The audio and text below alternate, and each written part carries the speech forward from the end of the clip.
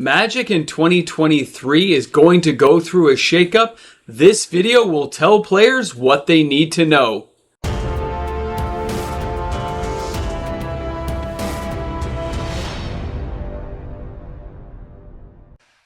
Get ready for the change-up because it is coming. Welcome back, everyone. MTG Moxman here. Thanks for coming and hanging out on the channel with me today as we go over what's going to be a very exciting 2023.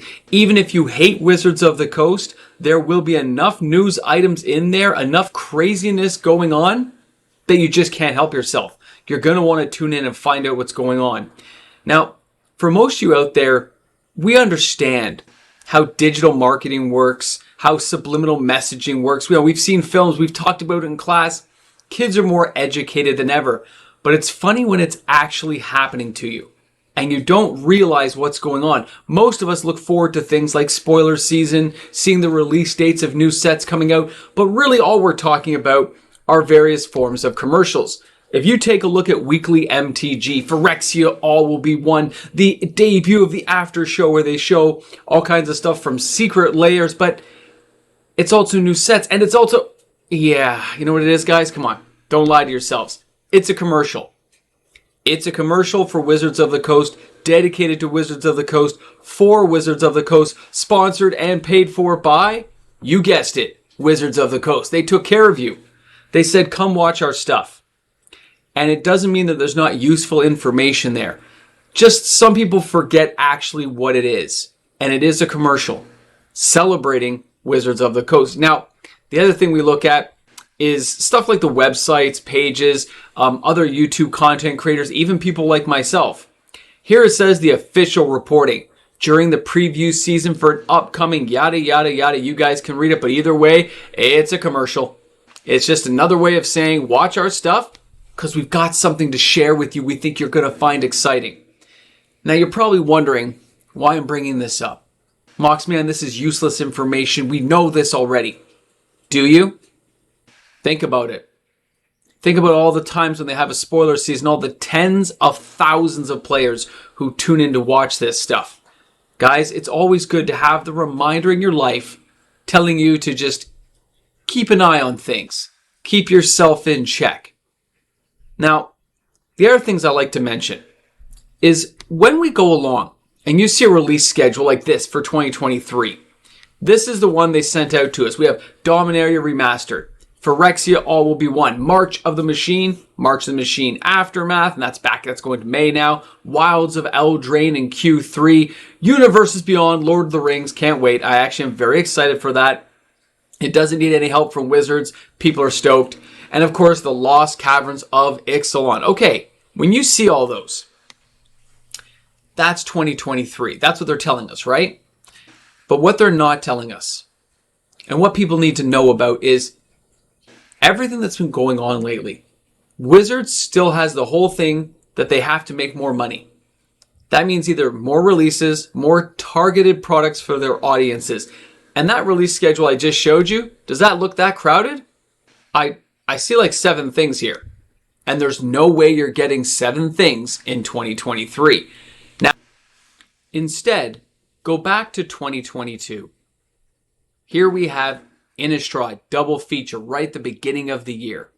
Commander Collection Black. Kamigawa and Neon Dynasty, great set. Followed by Challenger decks. Then we have Streets of New Capenna. Then we've got Commander Legends Battle for Your Wallet. Followed by Double Masters 2022.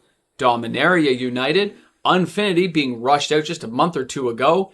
Then we had Universes Beyond Warhammer 40k, a very well received set. The Brothers War, which I had an epic time playing, followed by a rushed out Jumpstart 2022 that nobody even had the time to enjoy. And that's where we're at. Now, when you look at that amount of products, and I'm sure I probably missed a few now that I'm thinking about it, but when you look at all those products, and not to mention each of those major sets had those mini commander decks, we had bundle packs, you have set, collector, draft, you have so many choices of each of those that your mind can have a meltdown, which is why in 2023, they haven't shown you any of that yet. They haven't tried to rush us out there and say, look at all the things you're going to have to pick from. Look at all the ways we're going to try to get you to spend money. And players will need to take a breath and engage with only products that they want to engage with to enjoy the game of Magic the Gathering. You guys know what I'm talking about, because as soon as they say stuff like that, it just starts to trigger some players. And this is what I mean by trigger. When your mind just starts to melt down, and that's what I'm talking about. When you see everything from the money machine going on, frustration, price increases, inflation. Look at the screen. I'm like covered everywhere trying to escape it. And we can't, because these things are here everywhere. What are we going to do? What is the average player supposed to do who wants to get in with some of these products? Because as much as Wizards may tell you to engage with products you only care about, they don't give us a full release schedule because they know it'll turn a lot of players off. They're not letting us know they are so bad at communicating with the player base, and they're obfuscating on purpose because they know how we feel, and they don't want to jump into bed with us and have those arguments. They want us to just move along. And they don't make it easy saying only engage with the products you care about, because they put cross-promotional cards from different formats inside the other sets, which makes the players want to jump in and buy those cards, or at least experiment with some of them. Wizards, if you want us to stick to just Commander stuff, then just make some solid Commander products. Don't put Commander cards in draft boxes. Don't put them in set boxes. Leave them in Commander products. How hard would that be? But when we start breaking this stuff down with the anger and frustration of the past, mixing with what Wizards is telling us for the future of not slowing down and keeping the path we're on, this will give players a lot to think about. And these are things you as players need to know. Because if they're not going to slow down, if they're not going to keep the hype train at a certain pace, and they're going to keep speeding it up like a bullet train. By the way, that was a great movie if you didn't see it. I know nobody's here this late in the film. When you see that stuff, it makes you realize that you will have to be a little more choosy, a little more picky. Maybe some players will start to engage with individual products and then pick up singles from other products, because singles right now are still ruling the day. But the singles prices are getting a little bit out of whack right now because there's not enough boxes being opened. It'll be interesting to see how Phyrexia all will be one into your wallet with that price power. And for those of you who wondered why I have a backdrop here, I specifically chose these two creatures in the backdrop because it shows the difference of Forgotten Realms in 2021 with the Tarsarak versus the Tyrannus Rex from Phyrexia All Will Be One. When you cross compare those two creatures, to me the Tyrannus Rex is what the Tarsarak should have been, minus the toxic power and maybe something a little bit in the wording to make the Tarsarak come back from the graveyard, but the trample, the haste, a lower form of ward. That's what I would have liked to have seen with those casting costs, and it just appears they made the card for me with a different name. I've always been a little insulted by the disrespect they showed the Tarsarak as a person from 2nd edition, who that was one of the scariest things you could ever possibly face. So for all the D&D fans out there, that one's for you, because the Tarsarak should have been so much better. But as we close off today, guys, as we go to the end here, and you start thinking about the products you're going to buy, you're going to purchase, you're going to go to a pre-release, you're going to go to an F&M, you're going to buy some singles cards. And yes, there are many out there that are so disengaged with the game right now, they don't care. And they're probably not watching the end of this video. And if they do, they're going to leave me a comment saying, man, I ain't playing this game. I understand. I get it, guys. A lot of people out there are very upset still, and they're not going to let it go for a while, if ever.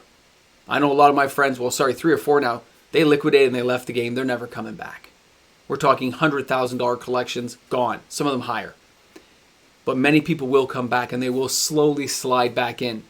And they will dive into the game in their own way, maybe in a very limited fashion, maybe just with proxy cards, I don't know. But I'm looking at this game and I'm saying, too many players love it too much to really let it go, and they will find their own way to come back. And as Wizards tries to find ways to get you to buy more and more, or to offer more and more choices for you to pick from, just be careful with the ones you engage in. Don't get overly excited for any one product. Wait to really take a look at it. Don't buy on pre-release. Wait for cards. Unless you're a sure thing and you just have to have it, I'd be betting you'd have to wait and see how these cards are going to play out and see how the prices are going to be affected, because there's nothing like having a conversation with people in a card store on a Saturday talking about when they bought 4 Okos only to see it banned. When they buy 4, what is that one? The Storytime one. All those kinds of cards from Eldraine. And we're going back to Eldraine this year. And they're thinking about those cards that got banned, saying, do I really want to buy an Elish Norn? I think it'll get banned in the first month. That kind of stuff is out there. So a lot of players are kind of already a little bit bitter about even trying to think about buying a high-end card that won't hold up. Even if they want to buy it and play with it, they don't think it's going to hold value long term. They think it's going to be just killed off because Wizards has done it too many times before. Wizards is there to get your money, not to guarantee play balance. That's why bannings happen, right? Something to keep in mind. Okay, guys, thanks again for hanging out with me on the video today. Thanks for being here at the end. And you know what? I'd love to know what you guys think with the upcoming products. Are you going to be a little more savvy? Are you going to take your time and really look at what you're going to buy? Or are you still going to try to buy a little bit of everything, get some exposure to each of these, and just have a good time with the products that you want to get into? I know a lot of my friends are saying 0. Some others are saying very limited, like a pre-release and maybe some individual singles cards for Commander deck upgrades. Because I think a lot of players are going the Commander route at this point. So let's hear what people have to say. And you know what? Put that down in the comment section. And if you enjoyed today's content, please don't forget to hit that subscribe button.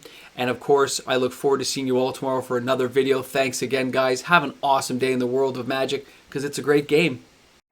A big thank you to all the patrons of the channel, all the supporters out there. This video was filmed on the new computer using the new gear, and I want to thank everyone for helping me purchase it. It's made the videos a lot easier. Thanks again. Okay, you guys made it to the end. Let's be honest. Let's break this down to the actual serious note of the conversation. Forget everything you saw in the video. Everything. The Tarsarak would kick that thing's butt. It shouldn't even be a fight. Are you telling me that 10-10 versus the 8-8 and the 7 casting cost versus the 9, and you make the Tarsarak legendary? Really? And you make the Phyrexia and I can have 4 in a deck? And you give it haste but no trample. The other one's got trample, haste, and ward. You know what? Wizards, you suck sometimes. That Tarsarak should have been a one-of-a-kind just monster. That thing should have just been killer, and it shouldn't have been in the middle of a city. It should have been ripping through some walls somewhere, man. I